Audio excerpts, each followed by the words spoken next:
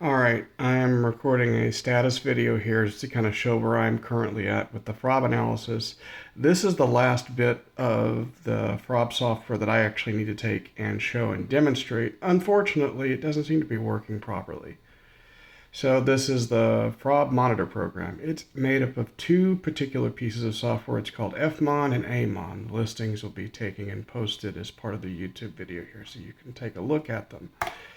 But if I take and load FMON in, I already have loaded my graphic editor FROB in, and I wish to use FMON, so it will take and load FMON in the last 256 bytes of the VCS memory, and I will take and reset the VCS. If I don't do this, you'll see if I don't power cycle the VCS, whatever, the bidirectional register doesn't work. I turn it on, so the bidirectional register is working well enough that when I do this, it recognizes that it's talking to it, okay, sets it up, and then we get to ready. And so you might be fooled into thinking that this is working, because if I take and do an F000, I get back my very first instruction byte. If we take and disassemble that, that's the loadx FF that's part of the initialization routine. And if I take and then do, let's say, another 16 instructions or so, you'll see, okay, great.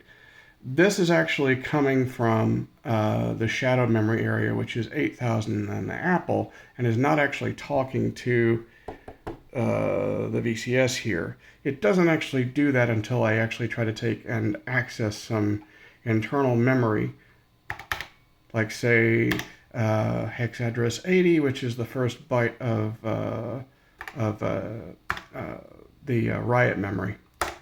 It goes, and then I put a little loop in here so I could see what was kind of happening. It's supposed to output a hex value of whatever is in register 80 at this time. Unfortunately, it gets stuck in this loop waiting for a 128 in the register value here to take and set the address, which it does, okay, fine. But then it takes and tries to get the value, and then it never quite gets the value. It just gets stuck in this loop of doing this over and over and over again.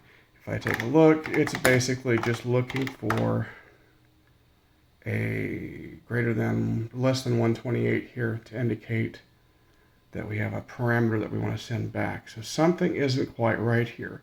I know that bidirectional communication is at least somewhat functioning because I can go in and run the Explorer, and the Explorer can send back a read and write of a particular register here. So I'm not exactly sure what in the hell is going on. But because of this, I can't read and write to memory on the other side, on the VCS side. And I can't do things like set register values. Okay, right now I think we'll do a reset here, sure. We'll try to reestablish.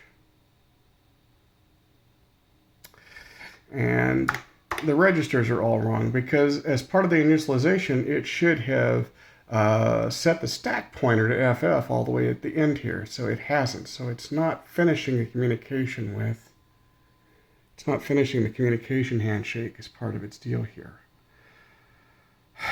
I'm at the end of my rope here because this essentially means that I can't do things like jump to my program because it's going, oh wait, this isn't going to work. If I go ahead and try anyway, it does the set address, but we never actually see this actually take place, and it's cycling here, so we never actually get to the point where we're waiting for a breakpoint or anything to happen. This is extremely frustrating, but it's where I'm at. If anybody can help, please, let's see if we can reverse engineer this goofy thing to see what could possibly be going wrong. Anyway, later.